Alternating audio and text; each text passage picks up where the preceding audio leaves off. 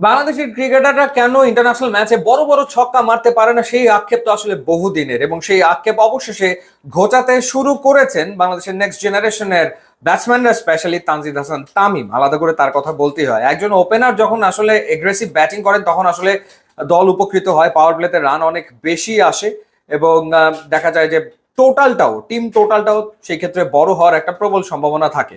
তানজিদ হাসান তামিমের আসলে টি-20 ক্যারিয়ারটা খুব ছোট, 2 বছরের ক্যারিয়ার মাত্র। এর ভেতরে 2024 সালে তানজিদ হাসান তামিম টি-20 ম্যাচ খেলেছেন 18টা, আর 2025-এ খেলেছেন এখন পর্যন্ত 9টা। কিন্তু এই 2 বছরের ভেতরে তার ব্যাটিং এ একটা বড় ধরনের সিগনিফিকেন্ট চেঞ্জ এসছে, পাল্টে গেছে। কেমন সেটা?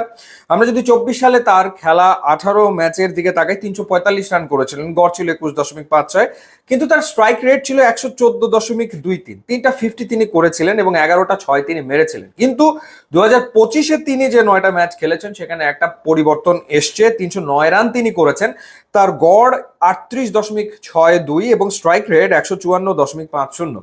2024-এ যেখানে ছিল 114, সেখানে 2025-এ 154-তে তিনি এনেছেন।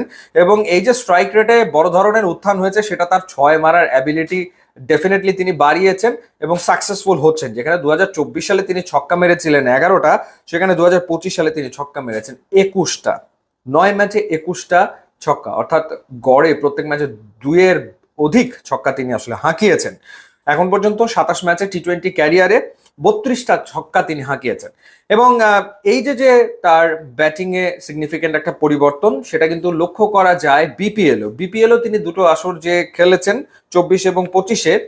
সেই ক্ষেত্রে 24-এ তিনি খেলেছিলেন চিটাগং এর হয়ে 12 ম্যাচে 384 রান করেছিলেন, স্ট্রাইক রেট ছিল 135.68, 2টা 50-র পাশাপাশি একটা সেঞ্চুরি করেছিলেন, এবং চিটাগং এর হয়ে ওই সেঞ্চুরি করেই মূলত তিনি লাইমলাইটে কিন্তু আসেন। এবং সেই আসরে তিনি 12 ম্যাচে ছক্কা মেরেছিলেন 20টা। এবং 25-এ যখন তিনি ঢাকার হয়ে খেললেন, ঢাকার হয়ে 12 ম্যাচে 485 রান করলেন, 4টা 50, একটা সেঞ্চুরি এবং স্ট্রাইক রেট 141.39, ছক্কা মারলেন 36টা। 24 আসরে ছক্কা 20টা, 25-এ গিয়ে সেই ছক্কার সংখ্যাটা অলমোস্ট তিনি ডাবল করেছেন, 36টা ছক্কা তিনি হাঁকিয়েছেন। এবং যদি আমরা ওভারঅল 2025-এ তার টি-20 ক্যারিয়ারের দিকে তাকাই, তাহলে 21 ম্যাচে তিনি 57টা ছক্কা হাঁকিয়েছেন, অর্থাৎ গড়ে প্রায় 3টা করে ছক্কা তিনি প্রতিটা ম্যাচে মারছেন। সো এই যে এগ্রেশন তিনি দেখাচ্ছেন, তাতে করে আসলে দল তো ডেফিনেটলি উপকৃত হবে। যেমনটা শুরুতে বলেছি, আসলে টি-20-তে পাওয়ার প্লে তো খুব ইম্পর্টেন্ট ব্যাপার। মানে ওই 6টা ওভার, ওই 36টা বলের উপরে আসলে ম্যাচের ভাগ্য নির্ভর করতে থাকে। তো সেই ক্ষেত্রে যদি ওপেনাররা এরকম এগ্রেসিভ ব্যাটিং করতে পারে, এবং এখনকার সময় টি-20-তে সার্ভাইভ করতে গেলে, ক্যারিয়ারকে লম্বা করতে গেলে এই ধরনের ক্রিকেট আসলে খেলতেই হবে, যেটা তানজিদ হাসান তামিম আসলে খেলছেন। তো তাতে করে টি-20-তে আসলে রেজাল্টও বাংলাদেশের পক্ষে আসার সম্ভাবনা আসলে তৈরি হয় বা থাকে। যেমনটা আমরা শ্রীলঙ্কার বিপক্ষে দেখলাম টি-20 সিরিজে, বাংলাদেশ সিরিজ জিতল প্রথমবার শ্রীলঙ্কার মাটিতে, এবং তৃতীয় টি-20-তে তার যে ইনিংসটা, সেটা বাংলাদেশকে জেতাতে বড় ধরনের ভূমিকা রেখেছে, যেখানে তিনি অনেকগুলো ছক্কা আসলে মেরেছেন।